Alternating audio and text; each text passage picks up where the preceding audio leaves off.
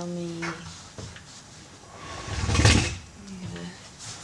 gonna be down a little because if she's looking at me now. Yeah, that's great. Okay, so again, tell me your name, when you met Mark Davies, and how you got introduced to the Corpora. Sure. I'm Amanda Frank, and I'm a master's student in linguistics, and I met Mark Davies when he came to a class for one of my master's courses, and he was telling me all about the corpus, the whole class, but it just sounded really interesting, and what's cool about corpus is that it gives you, or corpora, it gives you a lot of information really quickly, and I really liked how quick it was at giving you a lot of information. Okay. And is her hair in her eyes at all? And is her hand coming into the frame? No, her hands are not coming in. Her hair's fine. Okay. I let people, these are just little things that happen with everybody. It's good, so yeah. We'll let you know if anything. Yeah. But, okay, so what made you to decide to pick linguistics and using the corpus for your master's thesis?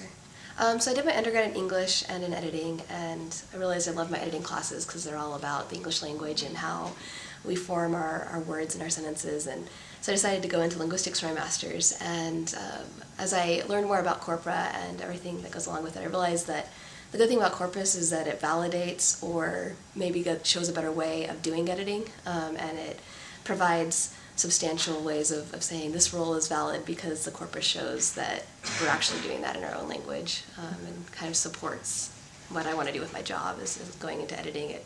It brings a valid foundation to kind of base the rules that we have in editing on. Okay. You're kind of taking what you said and reworking it. Sure. If you'd start out as an editor, Mm-hmm. the corpus allows me to blah, blah, blah. Sure. You know, and you don't have to go into great detail, but just we'd like to get that Sure. simple, Yeah. okay, you're an editor, you use it for this reason. That's how Mm-hmm. the corpus can work in one case. Yeah. Okay. So, So as an editor, the corpus really helps. one thing, when you're answering and you say so, Okay. just try to cut off the so. So Okay. just say as an editor. Yeah, that's Everyone we interview does that. No, that's good. So these are just little things I'm catching you on. That's good. So I like do interviews, but I can cut all that stuff out. So I always say, okay, so Yeah, it's also better when people put so at the end, like, and that's why I do it. So, yeah. or, yeah, you know, okay, so well, but all Yes. those, I'll let you know. I don't Okay. feel like No, that's good. That's good. So as an editor, Okay. how is the corpus used? Sure. Okay. As an editor, the corpus allows me to, or something Yeah. along those lines.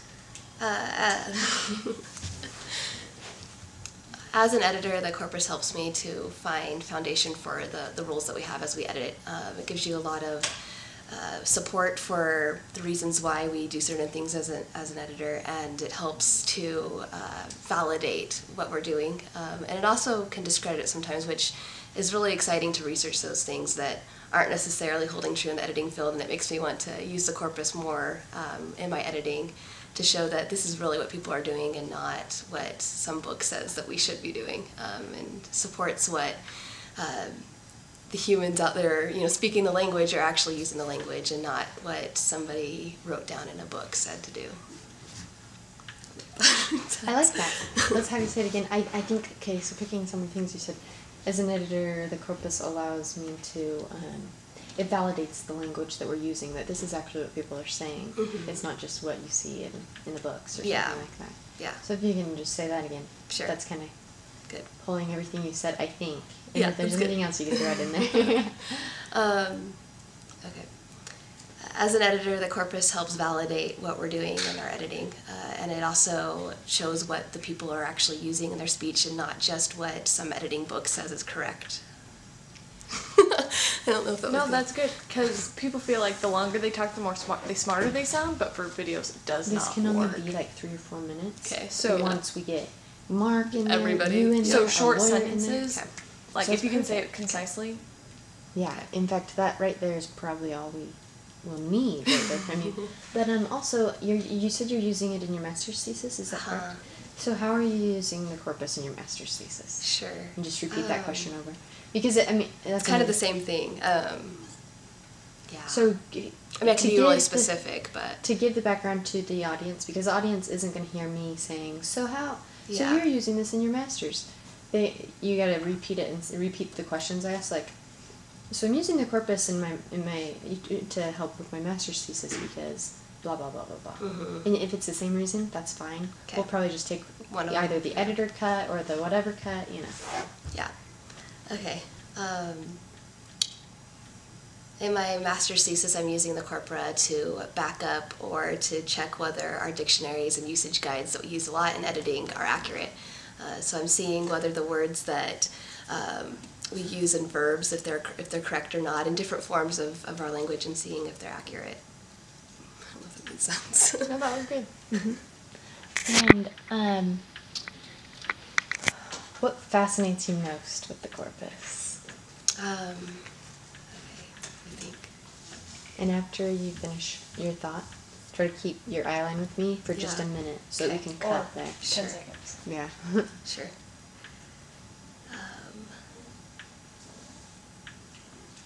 Okay. I think one of the most interesting things for me about the corpus is the corpus of historical American English, because it really gives a life to our language. There's a lot of words that we take for granted in our language, but they came from someplace and they often come from a historical event, and I love history, so I love seeing how these words have a lot of life in them. Like the word empathy, for example, sounds like a very commonplace word, we use it all the time, but it actually really came into the language after Freud and Jung and all these psychologists started talking about emotions and everything, and we started using that word because of them, and it makes you realize, oh, these words came from someplace. They didn't just appear, they didn't just slowly come in. A lot of times they came in at a really significant point in time. I like that.